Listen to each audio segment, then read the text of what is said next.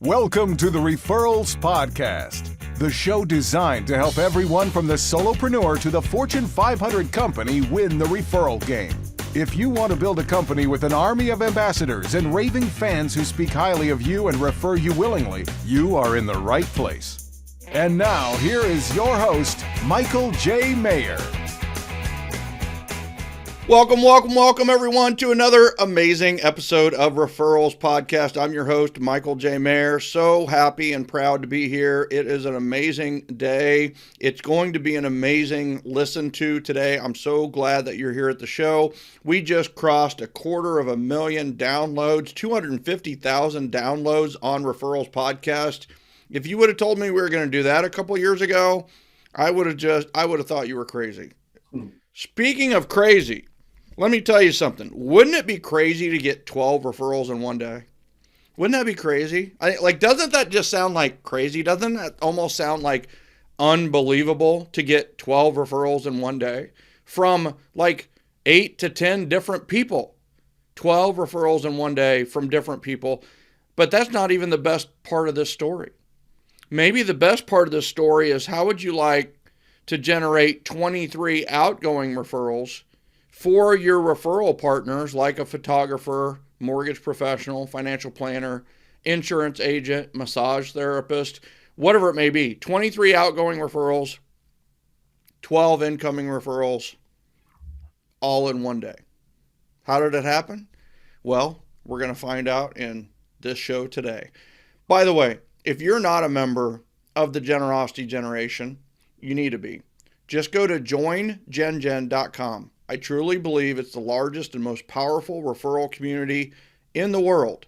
Generosity Generation, joingengen.com, joingengen.com.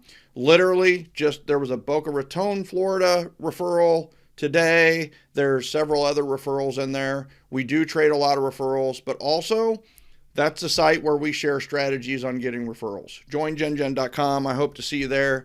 Dive in. I know a member of GenGen, and that member is here today, and we are so honored and humbled, and it is our pleasure to have our guest today be Jim Godwin out of Kansas City. Jim, welcome to Referrals Podcast.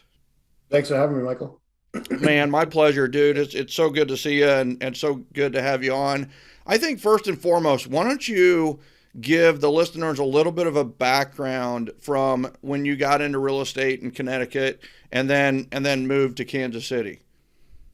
Sure. So was in the Marine Corps from 2004. Got out after 4 years of my service to the country and decided I wanted a new challenge. And I thought, hey, why don't I just try being a lender? Why don't I try the mortgage business of all things, right? And so I got out of the Marine Corps, joined in with this mortgage company, and very quickly decided that was not something that I wanted to do. And everyone that was calling into to a company I was pre-qualing didn't have real estate agents at the time. I thought, man, this is pretty cool. I should get my license while I'm learning how to be a lender. And so I got my license very quickly, and all of the clients that called in to get pre-qualified on new house purchases, I said, hey, are you currently working with an agent? And I would say 70% of them told me no, or they weren't happy with their agent. And I thought, wow, this is a one-stop shop. I can help you get financed and find you a house at the same time. So I gradually phased out of the mortgage industry after about 1.5 years and full-time into being a real estate agent. Yeah, you're so busy showing homes, I know. Right? I mean, I have to tell you two things on that. Number one, isn't it amazing to you how many realtors there are in the world, and yet 70% of the people who were calling in 2000, as near as 2005, yep, did not have an associated or affiliated relationship with a real estate agent. And the thing is they probably bought homes before. Right. You know, they probably had realtors in their past, and they probably have realtors as their friends, but yet they're not willing to say with loyalty that they have this real estate agent. So I think that's one really amazing observation. The other one is what did you not like about lending? Like, what was the thing about lending that you, maybe the opposite of it is, what did you like about the real estate game that you didn't necessarily like about the lending game? What I didn't like about the lending game is that it's not very personal. Mm. It wasn't very personal to me, and Yeah. it was the same thing every day. Mm-hmm. You go into an office, you take some applications, you try to get new business with lender partners and all this other stuff, and it was very regimented and too corporate for me, I think. Okay.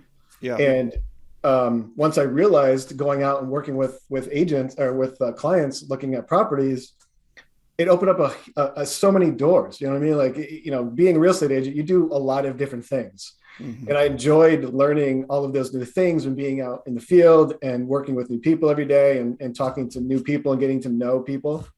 It just fit better for me. And is that has to be my biggest observation from like my career in real estate forced me to build great relationships with a lot of great people that I would have never met otherwise. Mm-hmm. I would have never met so many clients or so many executives or so many great people, other realtors. I would have never met so many of them if it wasn't for real estate, because I mean, I'm, I think 90% introvert, maybe some days 100% introvert, but it's like, I would have just cubbied holed and done a 9 to 5 and lived my life and so on and so forth, and probably known 8 people, and it's just amazing is now, it's thousands upon thousands of people, awesome people that I've met because of real estate. So I think there's a lot to that. And if you're a lender listening to this, how do you incorporate some of that into what you're doing? And we may actually have the solution for you is to partner on some of the things that we're going to talk about today. So I love that.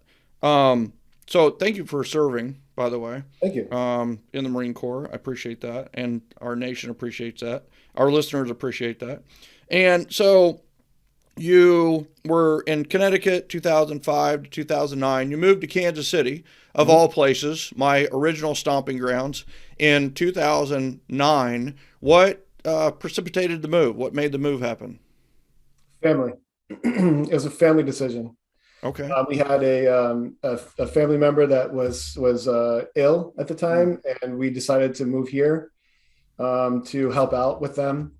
And the way that I set up my business. So very quickly, I got my license in 2005. By 2007, I had my broker's license, and I bought into a Realty Executives franchise. And I very quickly shifted from mostly being a buyer's agent into being an REO agent. Because I had a friend of mine at the time who was a Marine buddy of mine call me up, who was a licensed agent in DC. And he said, "You're not going to believe this, man. I just got a listing emailed to me." And I was like, "What? How is that even possible? That's not a thing." And he told me all about it. I'm like, "I'm doing this." So I went full steam into the REO world, and I built up a bunch of bank clients pretty quickly. And I was doing 90% REO in Connecticut.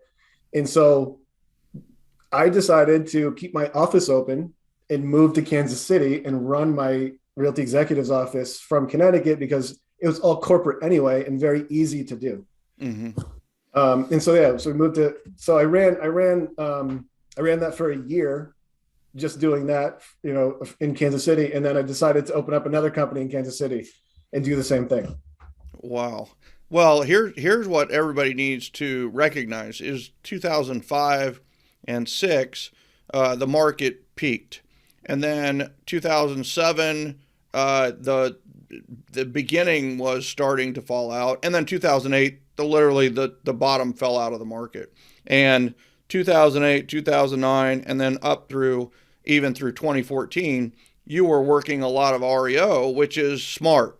Because the rest of the people who didn't got out of the business. essentially. Yeah, I still don't know if I'm lucky or insightful. Looking back, I just don't even know. I can't even tell the difference. Yeah, it wasn't strategic. It was an opportunity brought to you by a friend. Isn't that interesting how that aligns with Gen and the real estate world? We just had a guy close a $1.8 million deal, similar type of scenario where he would have never gotten that opportunity if it wasn't for a friend that he was in communication with because of the yaps and the 7L system. He would have never got it. And I love hearing stories like that when you got an opportunity. I got a listing emailed to me, and for those that are not in the real estate world, he's right. That does not happen very often. Usually, you've got to go to a listing appointment, do a listing presentation, do a ton of work to actually get the listing, and then you get the listing, and then you do a ton of work to get it sold, and then once it's under contract, you do a ton of work to get it closed, and then hopefully you get paid for the work. But it's one of those where getting it emailed to you, right? The REO world was a great world. I did quite a few REOs. Our team did quite a few REOs as well, and it was great. And then it was also a pain in the butt. But that's another story for another day. It's both a blessing and a curse. Yeah. And all right. That ties into my. We could talk about this further, but that ties into my need to do event mastery and work with referrals. Great segue. That's what I want to talk about next. Is the REO world is pretty dried up, and not too many REOs out there anymore. And we're fast forwarding. It's 2021, and you're building your business, and you decided to take a class that we have called Event Mastery Class. And what made you decide to do the class? I mean, I want to know, like, how did you find us? How did you find Referco and Michael J. Maher and everything that we do? Originally, it was from a mentor of mine. Jesse Zagorski? Yeah. Oh, yeah.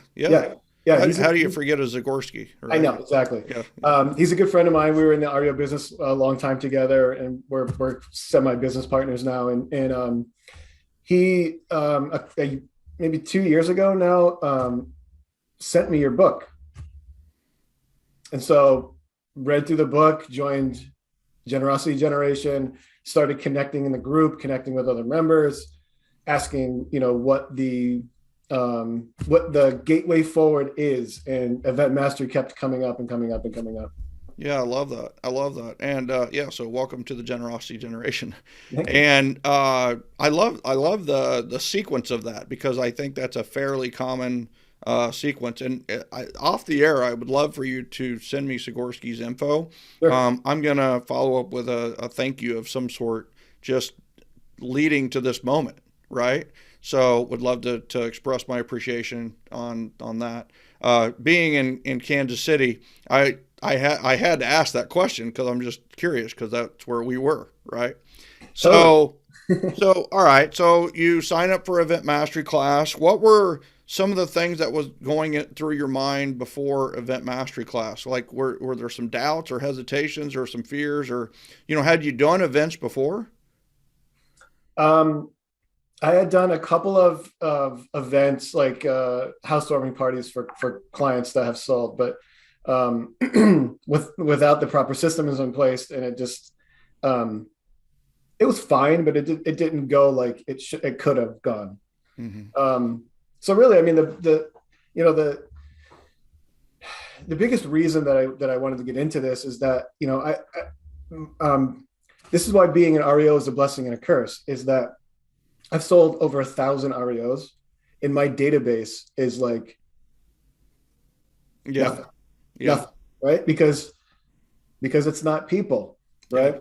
And most of them, you're not selling to your own buyers. So I spent all of those years selling all of that property and not maintaining a database that I could use in the future. Mm-hmm. My biggest regret in real estate so far. Yeah.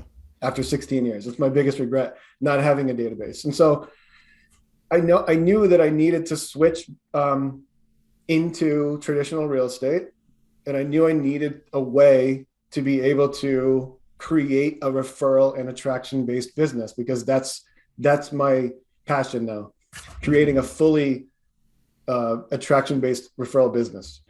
And event mastery kept coming up, and it's something that I was really, really interested in doing, and I knew that it would be helping me grow. Awesome. All right. So we take event mastery, and for those of you that aren't familiar, there's essentially 5 sequences within event mastery. I teach 7 classes, but they essentially fit under 5 sequences. One is a planning sequence, which makes a lot of sense. Then you have an invitation sequence, confirmation sequence, event sequence, the actual day of the event, and then you have the follow-up sequence. And so I think let's just go through. And before I do that, what was your biggest aha from event mastery class? Like, what was number one before we drop into the individual sequences? What was the thing you were blown away the most by event mastery class? I had this mental block that this is not something that I could do. That it was too difficult and time consuming, and I wouldn't get any people there. I had tons of doubt and fear regarding of doing events, because like in my mind, the biggest, the worst thing that could happen is that I put this whole thing together and put months and months into planning it, and no one shows up, and I look like a fool. Yeah, I get it. That's one of the people's biggest fears, is nobody would show up. But I keep telling people that might be the best thing for you, because it doesn't cost you anything if nobody shows up. So there's a whole way of maybe looking at that differently. But I totally get it. People want to, they want to throw a party. They want people to show up for their party, right? Yeah. And well, I've since learned that it makes no difference who shows up.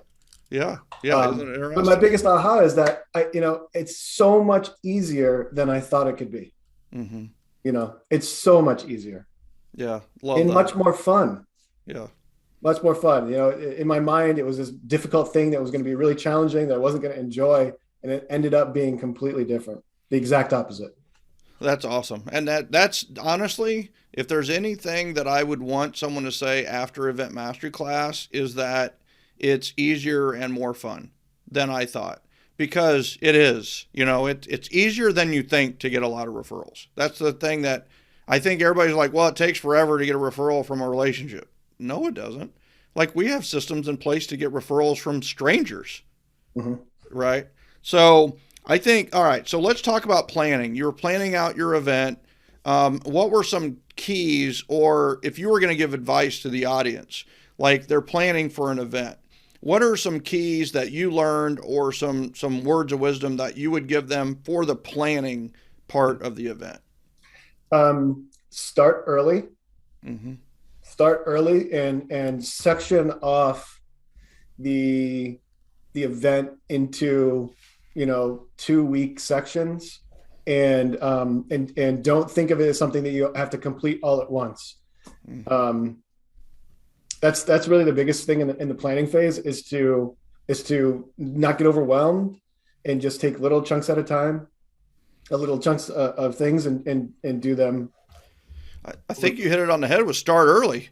Yeah. Which is what is one of the biggest mistakes I see out there is people hear that they should be doing events in their business plan. And I'm not talking about just real estate agents. I'm telling you, I've talked to a lot of people, a lot of corporate, where they're like, we should do events. And it's like, let's do an event in 2 weeks. And then they do an event in 2 weeks, and it's a lot of stress. It's really freaky. It's just added work to everything else they're doing. And it doesn't go as well, or afterwards they're so exhausted, they're like, I don't care if it worked or not.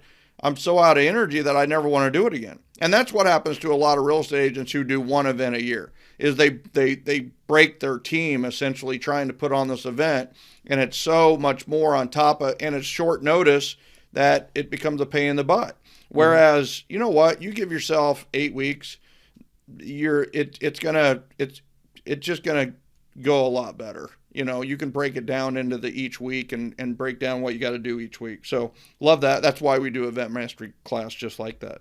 So the planning sequence, I love that. And another part of that too is to have a planning sequence, have a plan would be good to go into the event. So, all right. So let's talk about the invitation sequence. How did you invite people to your event? Oh, by the way, what event did you have?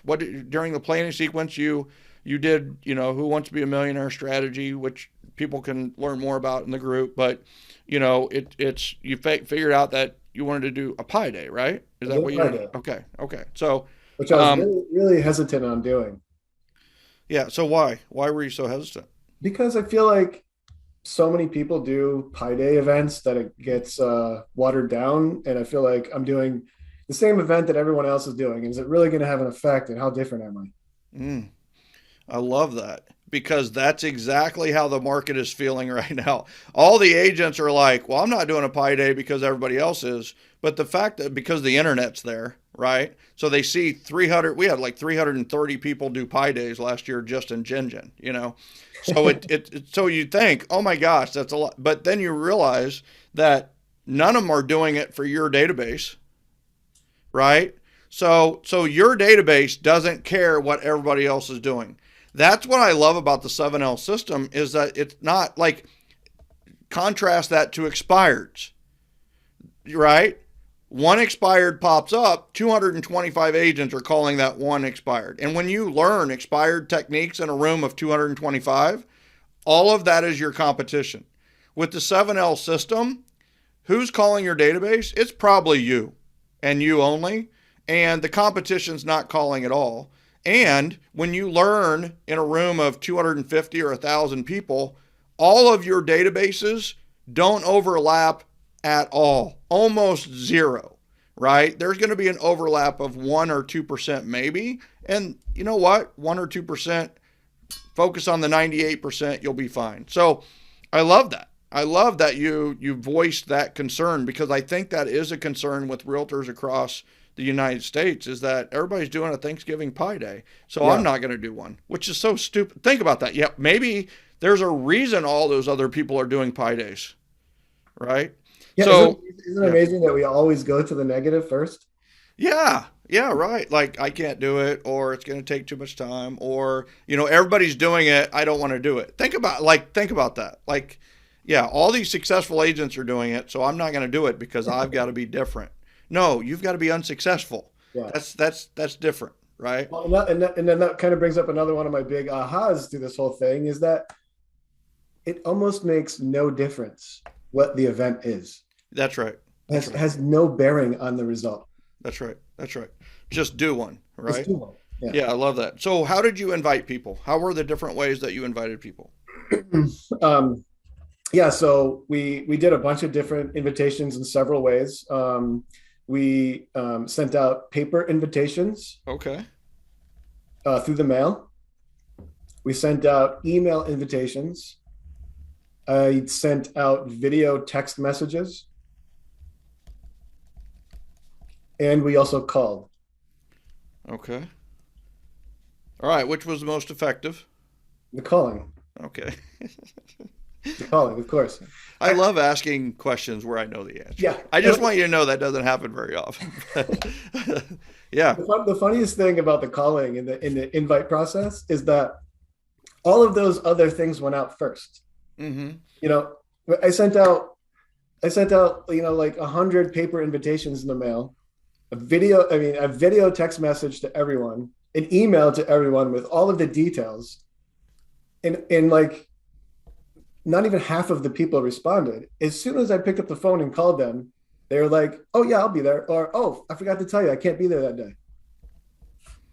So you had conversations, right? Conversations. So here's the thing. Maybe 10 to 20% of them said that they didn't receive anything.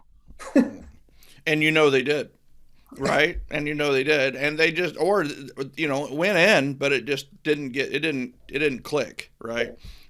So let me ask you this: how many times had you called these people throughout the year? Because this is a fall event. So, somebody might say, well, he's in constant contact and talking to these people all the time and that kind of thing. So that's why he had the great results he had, right?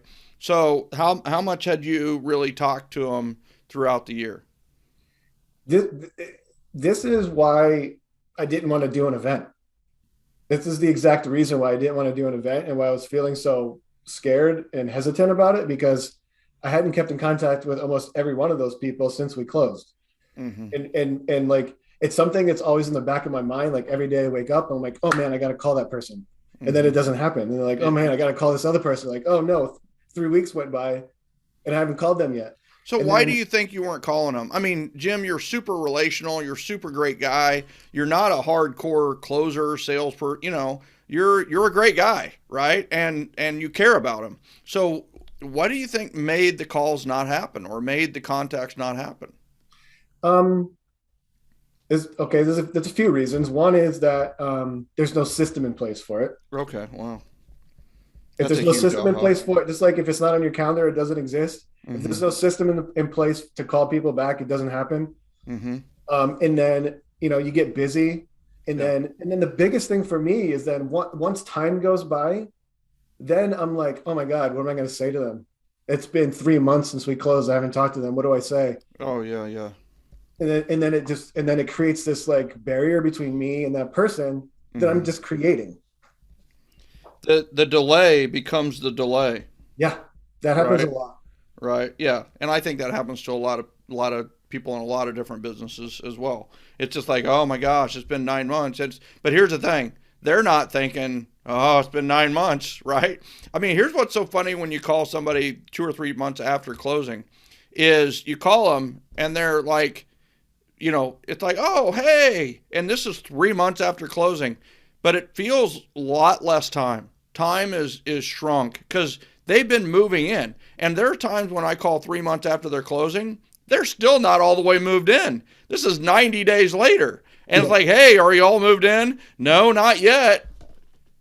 Wow, right? I mean, so please know that everybody that hears this, if you've had a closing less than 90 days ago, you can just call and check on them pretty easily. And that's not a big enough delay to worry about the delay. So, Well, and then the other fear, Michael, is that, and this happened to me too, is that I called one of my past clients and I said, hey, you going to come to my event? Can't wait to see you. And they said, I just moved out of state. mm. I just sold our house and we moved out of state. I'm like, oh, Gut punch. you did. Mm. You sucked all the wind out of me, Yeah. Yeah, because it's all my fault. yeah, that's a tough day. That's a tough day. I will tell you that I had an agent in Kansas City who bought me for a day. Like why, I don't know. But we had an auction. And Jim, as you're going through this, you're becoming more and more successful. I just have a little bit of advice for you. Never, ever, ever, ever, ever, ever volunteer to be auctioned off. No man, it was called the man auction. And I was a man, so I got auctioned. Me and seven others. But you could buy us for a day, right? And so she bought me for a day, and I had a great thing kind of outlined. We went in and we were setting up a system for the database, and I said, all right, let's start with some easy calls. Just call like people friends, the ones they're going to be super receptive no matter what you say. So she called a friend. The gal answered on the other end, and I could hear through the phone the other part of the conversation, and I wish I couldn't. But on the other end of the conversation was like, "Oh my God, it's so great that you called." And the gal who bought me, by the way, she paid $10,000 for the day. I just want you to know this. So she was like, really, that's she was thinking it was just going to be a normal conversation, but this gal was really happy to hear from her, and she was like, oh wow, why? And she goes, oh my God, we're selling our house. And all of a sudden, my first call, I'm getting a listing, this is awesome. And so she's like, oh, that's great, do you want me to come over and talk to you about it and that kind of thing, going for the appointment, which was great. And she goes, no, we met with someone this weekend, and guess what, they're like with the same company as you. That's awesome. And I could see the blood coming out of the gal face that invested in me. And she was like, oh really, who helped you? And the gal said a name, and it happened to be her biggest competitor in the office. And I could hear the squeak and the voice went, oh, good, you know, and the other lady didn't even catch it, right? She's like, yeah, but you could totally bring us a buyer. And man, you know, when I think real estate, I think about you, and I would love for you to bring a buyer. Wouldn't it be great if we could work together again? And the gal is just like, yeah, that would be terrific. And so anyway, they you know, went through, kudos to the gal. She's a top producer, right? She, you know, it was a punch, but she could take a punch, you know. And so she gets through and handles it very professionally, and then hangs up the phone. And I could tell that she wanted to crush something. So I said, hey, maybe we take a break right now, you know. It's like, but she was like, no, that's why I did this. That's why I called. That's why I bought you, basically, for a day, right? And, you know, listen, she got $10,000 worth of lesson with the very first call. And that's the truth, is that if you're not calling them and staying top of heart, top of mind, then somebody else is going to be working with them. And that's just and why not? Why shouldn't they? So I love that. I don't love that it happened, but I love that it'll probably never happen again. You know, as your price point goes up, that's a bigger lesson that we hope we don't have to learn. So, all right. So you invited through the video text. How did you do the video text? Was it just on your phone? How did you do that? Yeah, it was just on my phone. Sent out as a group. You know, I have an iPhone, so you can't do group text messages on your iPhone. So there's an app that you can use called Hit Me Up. Okay. Yep, really cool app. Very inexpensive, and they allow for you to do a group text messaging with an iPhone. Oh, I love it. Hit Me Up. That's a nugget for the day. I love that. Yep. Okay. And then the calls, of course, and the calls produce the biggest bang for the buck, which we all know from the 7 levels of communication, or at least we should know. And then, all right, so then we move into the confirmation sequence, right? So you've got some yeses, some maybes, and some nos.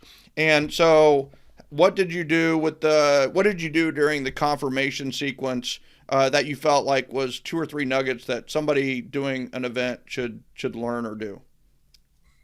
So I did the same strategy with the invitation and the confirmation. So the same exact communication, emails, text messages, videos. The only thing I didn't do was send out another mail card, mailer in the mail. Okay. So you have to do all of this stuff to make sure that people remember that you have an event coming up. Yep. And to confirm, because you're spending money on things that you're giving away, and you want to make sure that you have enough and you don't buy too many.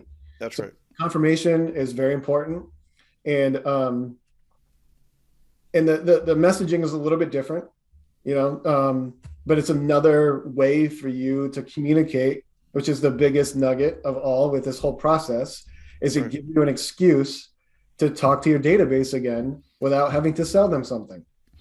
Here's what's great about confirmation too, is you could confirm 3 different ways, 3 different days, and it wouldn't be bothersome to the recipient. Right. But if you sent 3 email market reports to somebody in 3 days, they're unsubscribing for the rest of your life, right? So it is amazing that they've given you permission to communicate. And not only that, they want you to, in fact, if you don't communicate, you're messing up. They want you to communicate. Like, please, dear God, let us know when the event is, confirm it, let us know if the weather's okay, how do we get there, where do we go, that kind of thing. So I love that. And I think one big word of wisdom on this is have a confirmation sequence. Like, make sure you confirm at the hour before, and make sure you confirm the day before at the very least. And a big shout out to my certified meeting planner I worked with 20 years ago, who gave me that little nugget of the confirmation an hour before, because it went from 50% attendance to 80 to 90% attendance just with that one text message. So can I just go back one step and say and just go over something on the invitation again? 100%. Yes.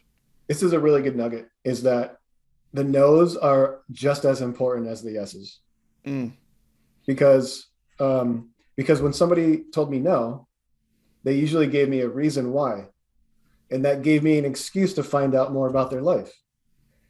And so I'm now having a conversation with somebody that I wasn't having months ago for the past however many months. I'm finding out all the kinds of new great information about them and their life.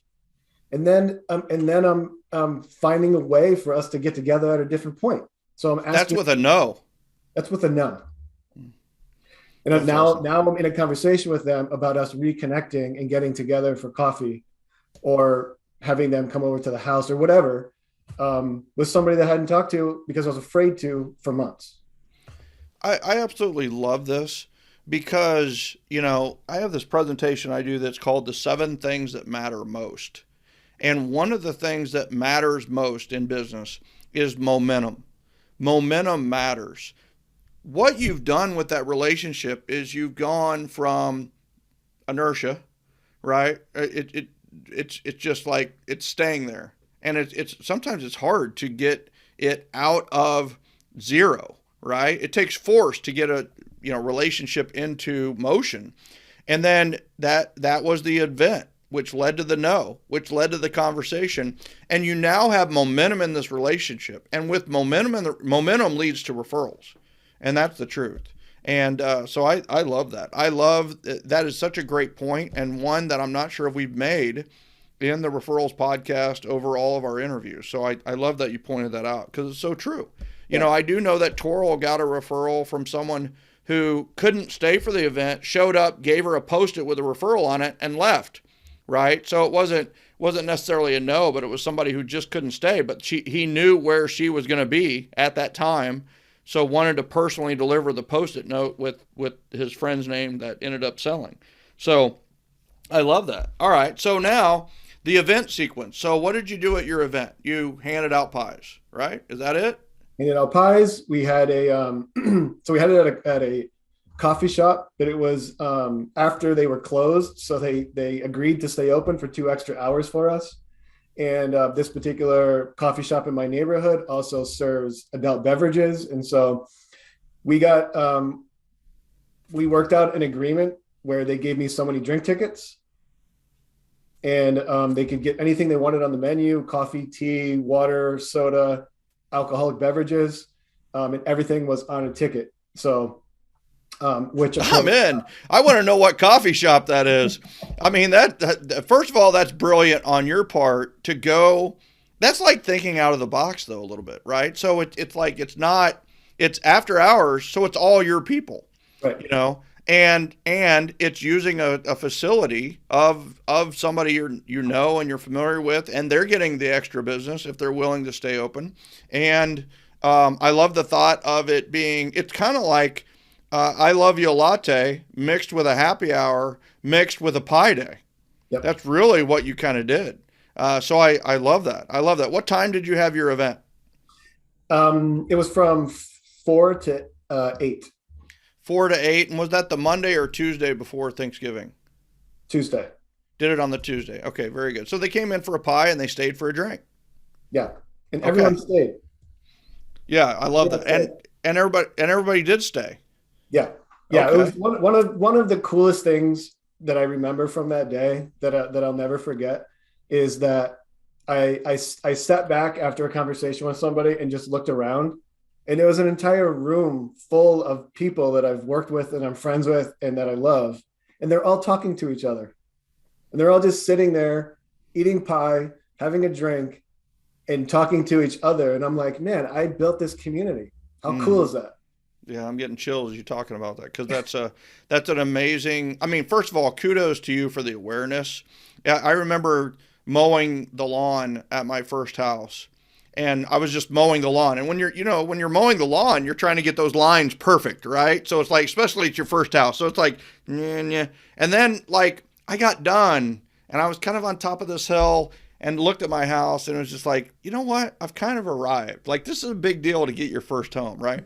Doing your first event is very, very, very similar in that I'm so glad. You know what? We've got to add that to Event Mastery class to like almost force people. I want you to stop in the middle of the event and just back up to a wall and look at what you've created, what you've done. It was like the most poignant moment for me for the whole thing, because it's, you never know what's going to happen. You never know how it's going to work out, and then all these people that you care about show up, and you're like, wow, I just did all this. I just did this. Yeah, that's awesome. It also kicks in one of the powers of event mastery and the way we teach it in 7L system of, the like plus like equals two loves, right? So you've got one person that likes you and another person who likes you. And when they talk to each other, they both end up loving you, right? They end up loving you. And when they walk away from that conversation, it's like, oh, somebody else likes him. He must be, lovable. He's super likable. So they walk away more emboldened to refer you because they met somebody else who's already ambassador, somebody that's already talking highly of you, right? So I love that part of it. And you didn't have to be there to make that happen. And if you were there, if you were actually in the conversation, it would have less of an effect. The only way to create that effect is by having an event and not being at the conversation, which, you can make it happen, but you can't be in it. What a novel concept, because so often in business, we're always thinking we got to make sales happen. No, what if I told you there's a better way where you didn't have to be there? In fact, if you were there, it'd be less effective. Right. So powerful. All right.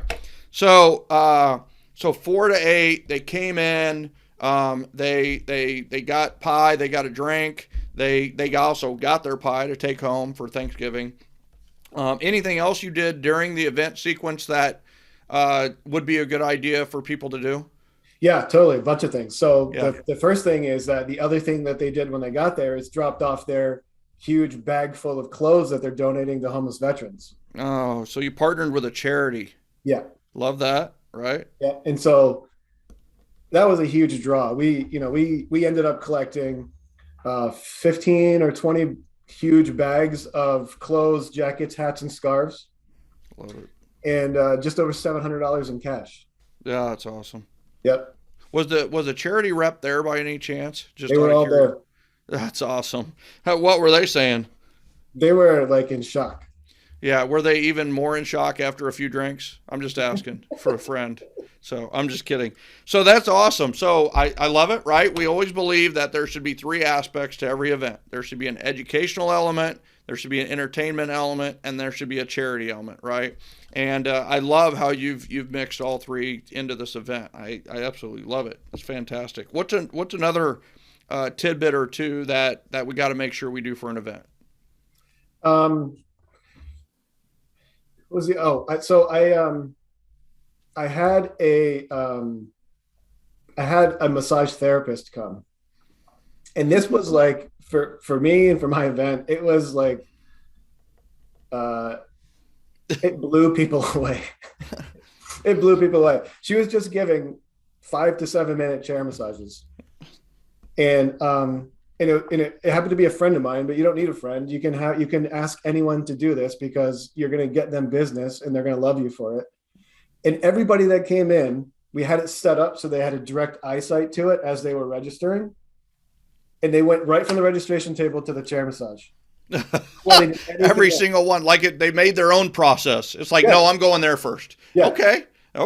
I like that. Less for me to do, right? He was busy for 4 hours.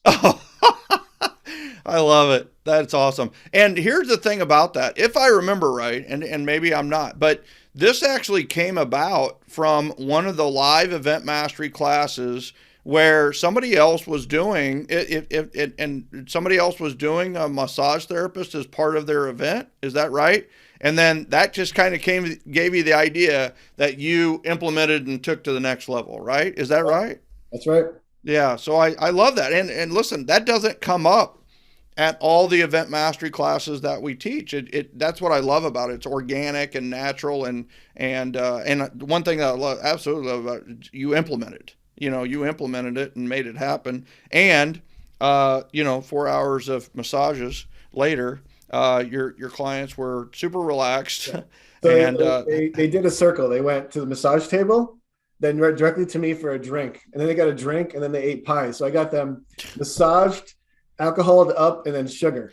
It's like 6 cents of sensational. I mean, like you had all these senses working for you. I love that the smell of the pumpkin, right? The feel, the touch of the back rub, the taste of the alcohol, and then the alcoholic results, right? I mean, it's like you've hit a lot of home runs with this event. I love it. All right, so what were the results? How many? People are going to ask, how many referrals did you get? At 12 referrals, inbound referrals from people that were there.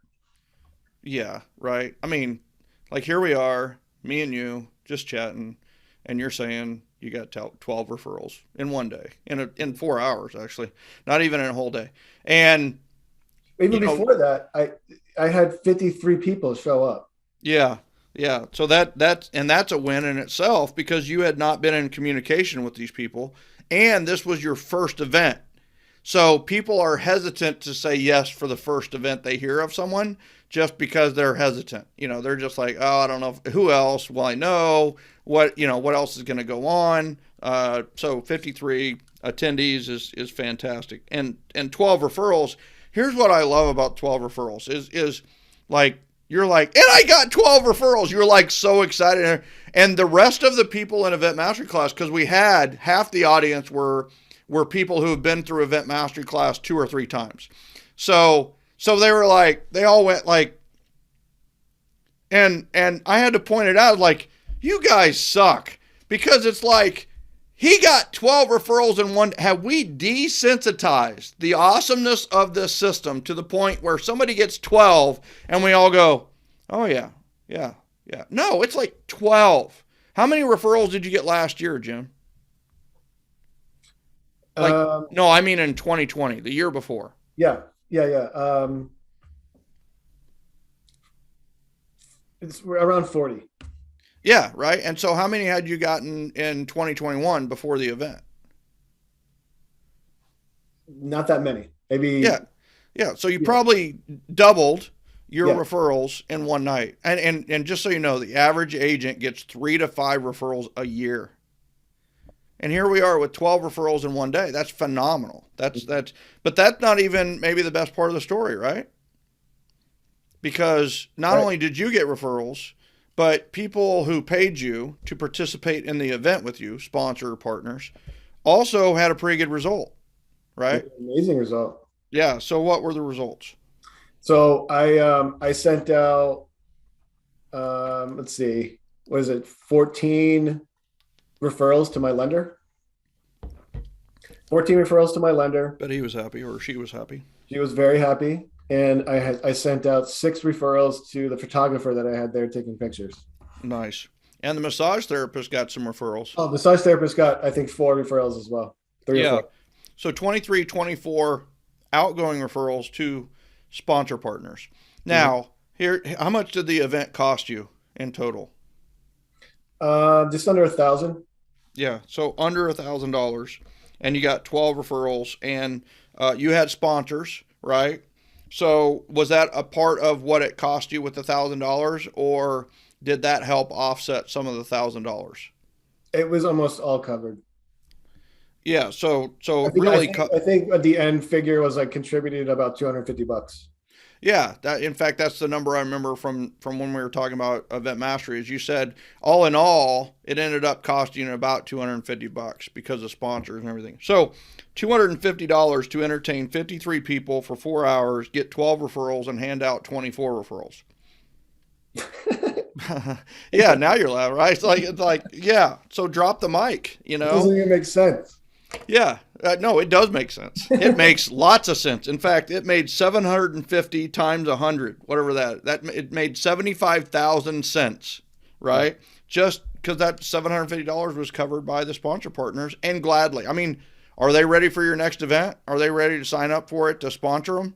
Yeah. Oh yeah, big time. Yeah. So I love that. But we're not done yet.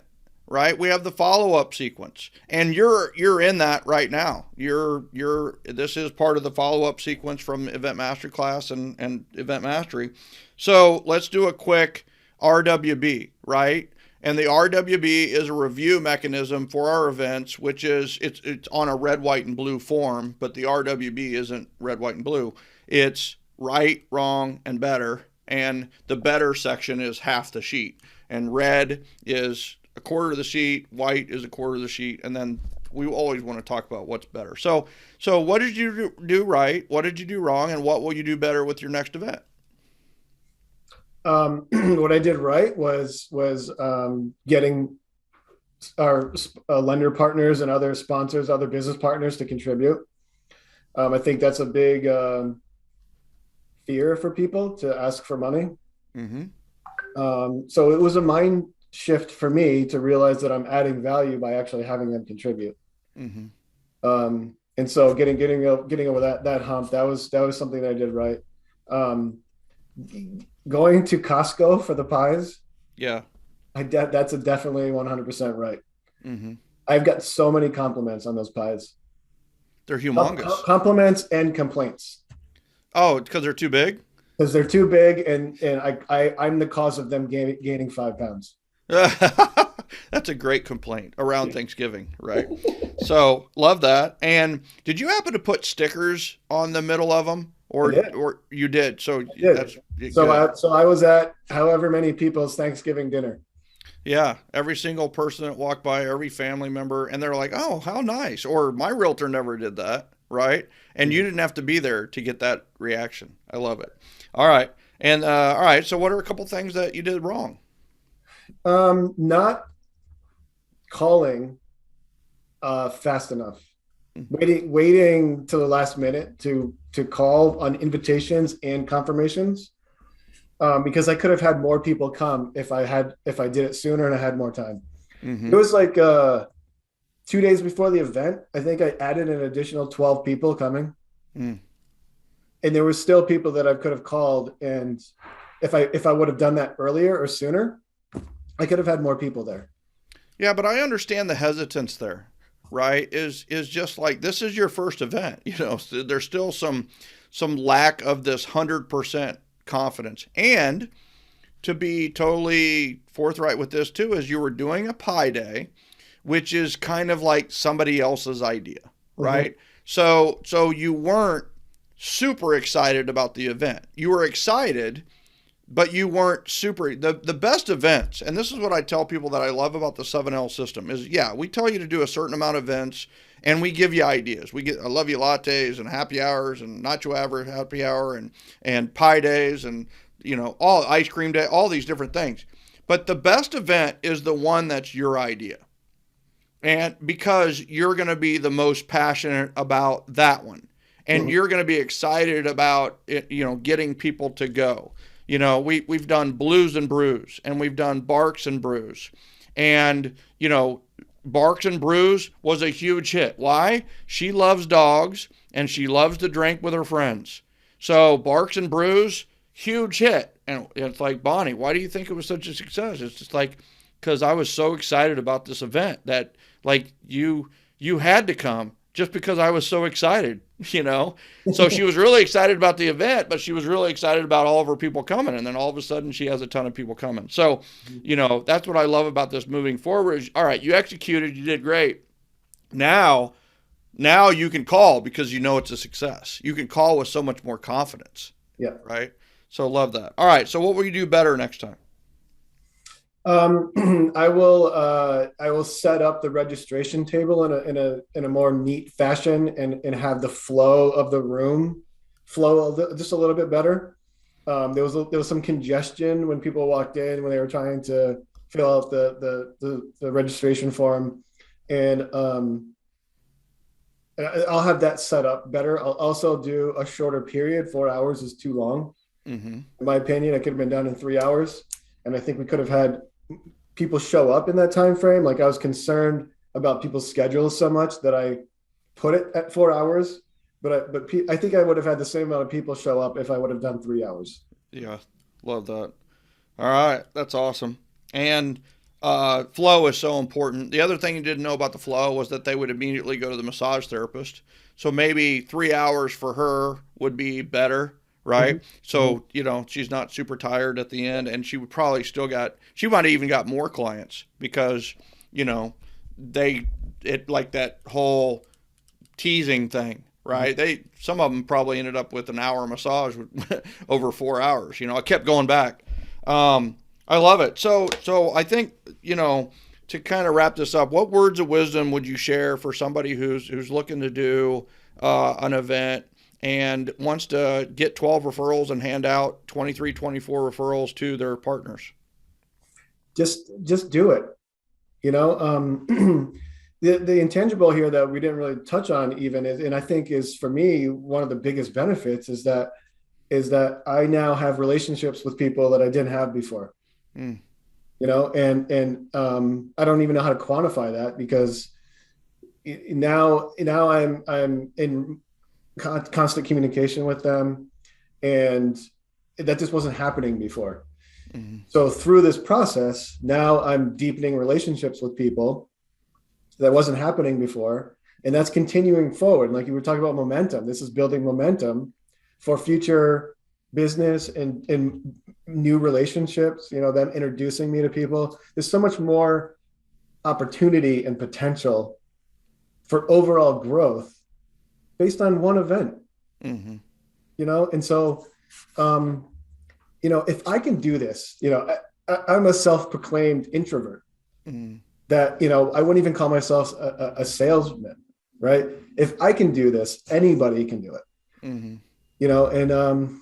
and that's, and it's just, it's I think, it's really about that. The business that we're in is going through a shift, in my opinion. And I think that relationships are the only path forward.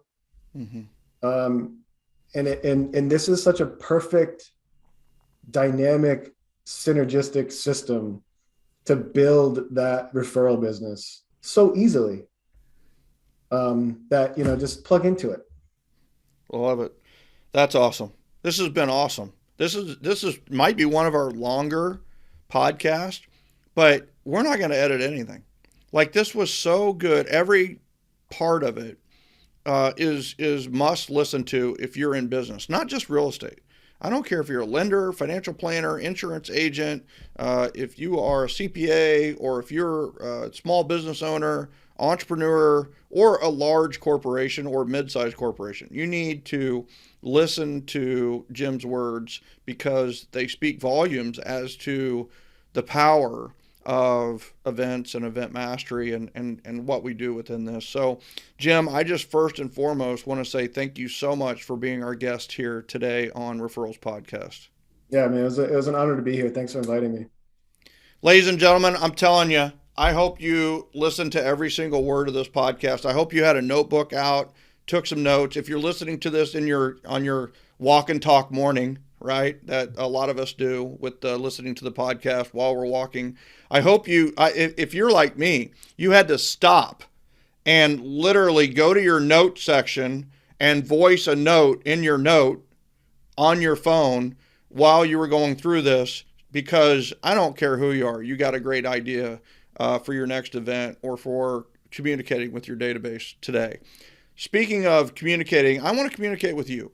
I want you to join GenGen if you have not done that yet. It's the Generosity Generation.